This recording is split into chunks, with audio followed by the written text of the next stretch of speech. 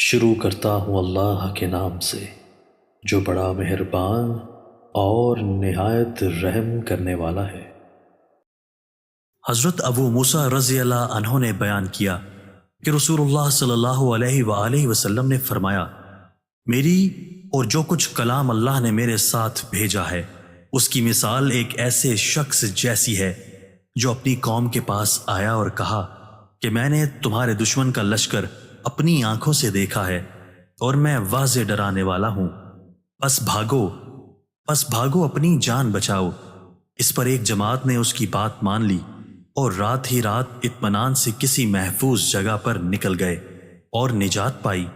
لیکن دوسری جماعت نے اسے جھٹلایا اور دشمن کے لشکر نے صبح کے وقت اچانک انہیں آ لیا اور تباہ کر دیا۔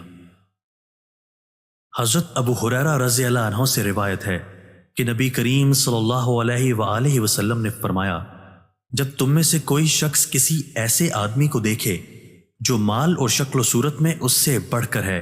تو اسے ایسے شخص کا دھیان کرنا چاہیے جو اس سے کم درجہ کا ہے۔ دوستو، اللہ تعالی ہمیں ان احادیث مبارکہ پر عمل کرنے اور اپنی زندگیوں کو سنوارنے کی توفیق عطا فرمائے۔